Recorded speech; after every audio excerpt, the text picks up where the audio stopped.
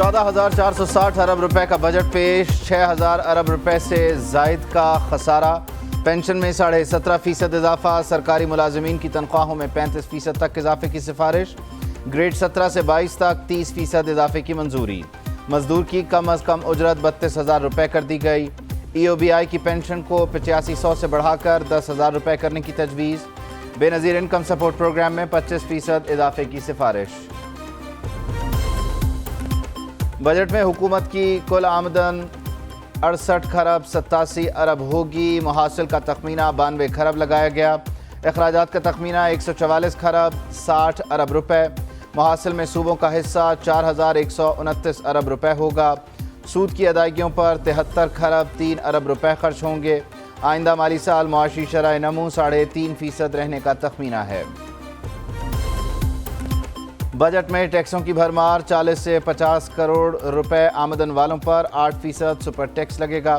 35 से 40 करोड़ आमदन वालों पर 6%, 30 से 35 करोड़ आमदन पर 4%, 30 से 25 करोड़ आमदन पर 3% सुपर टैक्स आयद करने की तजवीज़। 20 करोड़ से 25 करोड़ आमदन पर 3% और 15 से 20 करोड़ रुपए आमदन पर 1% सुपर टैक्स आयद करने की तजवीज़। नॉन फाइलर पर 50,000 रुपए से जायद की रकम निकलवाने पर 8.6% की शरह से टैक्स आयद होगा।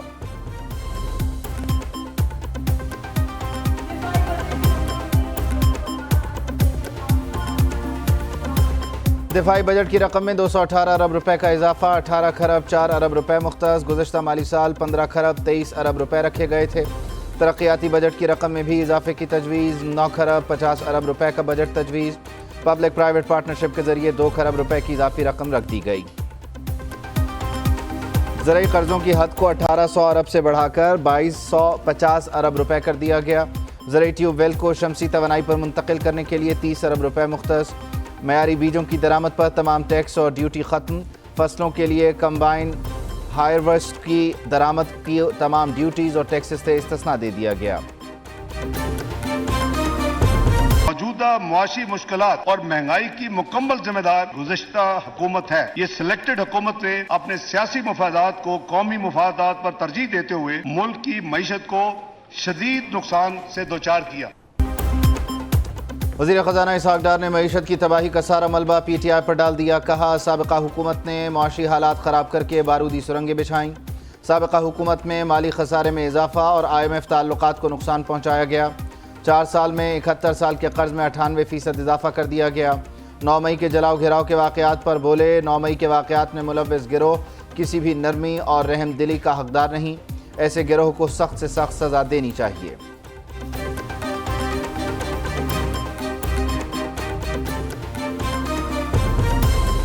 बजट में आला तालीम और लैपटॉप स्कीम के लिए खती रकम मुख्तस। हायर एजुकेशन कमीशन के लिए मौजूदा अखराजात की मद में 65 अरब रुपए और तरक्याती अखराजात की मद में 70 अरब रुपए मुख्तस कर दिए गए। लैपटॉप स्कीम के लिए 10 अरब रुपए की रकम मुख्तस कर दी गई। स्कूल, कॉलेज और प्रोफेशनल खेलों में तरक्की के लिए 5 अरब रुपए रखे गए हैं।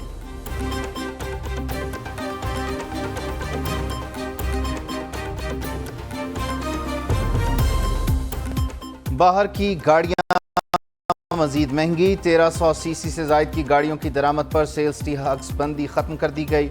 इंपोर्टेड मोबाइल लेना अब और महंगा हो गया। बाहर से मंगवाई गई चॉकलेट भी अब जेब पर भारी होगी। इंपोर्टेड एनर्जी ड्रिंक्स अब और महंगी होंगी। सिगरेट पीना भी मुश्किल होगा। इंपोर्टेड सन ग्लासेस, कालीन, जूते भी पहुंच से बाहर।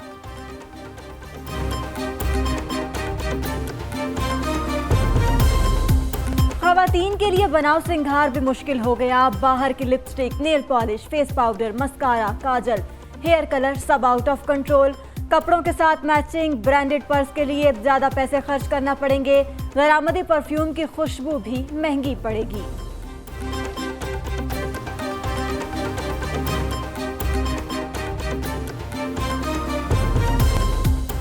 सालाना $50,000 से ज़ायद तरसीलात ज़र भेजने वालों को डायमंड कार्ड जारी होगा। वज़ीर ख़ज़ाना इसहाक़ डार कहते हैं, डायमंड कार्ड पर पासपोर्ट और सफारत खानों में तरजीही रसाई मिलेगी।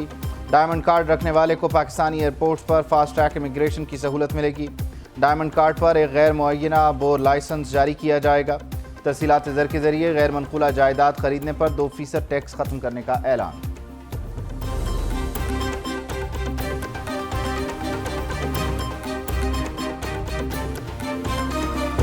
IMF के साथ सर जोड़ के बैठे हैं और IMF की तमाम जो उनकी शराइत हैं उनको मन न सिर्फ तस्लीम कर लिया गया है बल्कि उनके ऊपर पूरी तरह हम ने जो प्रायर एक्शन जो हैं उनको हमने उसके ऊपर अमल दरामद किया है। IMF की तमाम शराइत मान लें, उम्मीद है अब जल्द मुआहदे की मंजूरी दी जाएगी। वज़ीर-ए-आज़म शहबाज शरीफ का काबीना इजलास में इज़हार ख्याल, कहा कि सियासी अदम इस्तेहकाम ने सरमायाकारी रोक दी। मईशत का पहिया सियासी इस्तेहकाम से जुड़ा है, सियासी इस्तेहकाम लाएंगे तो पहिया आगे चलेगा। मुल्क में 1 साल से सियासी अदम इस्तेहकाम की भरपूर कोशिश की जा रही है। पिछली हुकूमत ने इकॉनमी का जनाजा निकाल दिया। मुल्की सियासत के लंदन में अहम फैसलों का इम्कान। इस्तेहकाम पाकिस्तान पार्टी के सरबराह जहांगीर तरीन आज रात बरतानिया रवाना होंगे। मुस्लिम लीग नून के कायद नवाज शरीफ से मुलाकात करेंगे। ज़राए के मुताबिक दोनों जमातों में सीट एडजस्टमेंट पर मुशावरत की जाएगी। जहांगीर तरीन बरतानिया में अपना तिब्बी मुआयना भी करवाएंगे।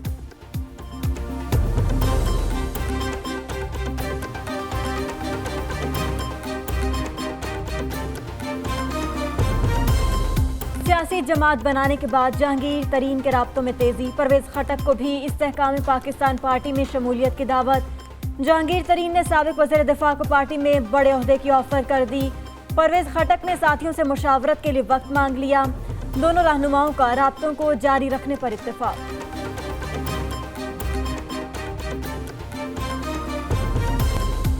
वज़ीर दिफा ख्वाजा आसिफ कहते हैं, मुआशी अहदाफ हासिल न होने का मतलब हुकूमती नाकामी नहीं।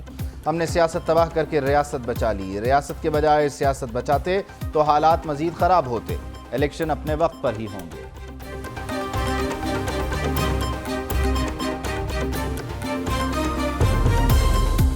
मुस्लिम लीग नून को किसी से इंतखाबी इत्तेहाद नहीं करना चाहिए। सीट एडजस्टमेंट हो सकती है, ऑप्शन हमें ओपन रखनी चाहिए। वफाकी वज़ीर दाखिला राना सनाउल्लाह कहते हैं, इलेक्शन से पहले नवाज शरीफ वतन वापस आ जाएंगे। वापसी की तारीख मियाँ साहब ने देनी है। मियाँ साहब को कोई तारीख नहीं दे सकता। अगर नूनी को अक्सरियत मिली तो वज़ीर आज़म वो बनेगा जिसे नवाज शरीफ चाहेंगे।